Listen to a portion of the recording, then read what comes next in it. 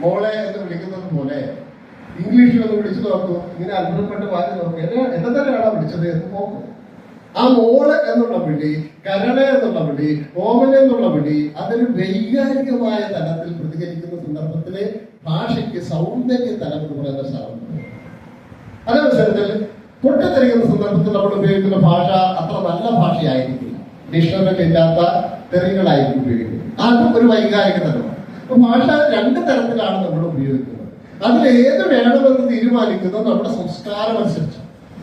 നമ്മുടെ സംസ്കാരത്തിൽ നല്ല പരന്ന വായനയുള്ളയാള് രാവിലെ മുതൽ വൈകുന്നേരം വരെ നിന്ന് വർത്തമാനം പറയുമ്പോൾ വായനയില്ലാത്തയാള് തനിക്കറിയാവുന്ന ഭാഷ എടുത്ത് പ്രയോഗിച്ച് ആ ഭാഷ തീരുമ്പോൾ ചിന്തവാക്കുകൾ ഉപയോഗിച്ച് അതും തീരുമ്പോൾ കായികമായ ആക്രമണത്തിലേക്ക് പോയി ആൾ കുഴപ്പത്തിൽ ചെന്നിച്ചാണ്. ഭാഷ മനുഷ്യ മനസ്സിന്റെ സംസ്കാരത്തിന്റെ രേഖപ്പെടുത്തലാണ്.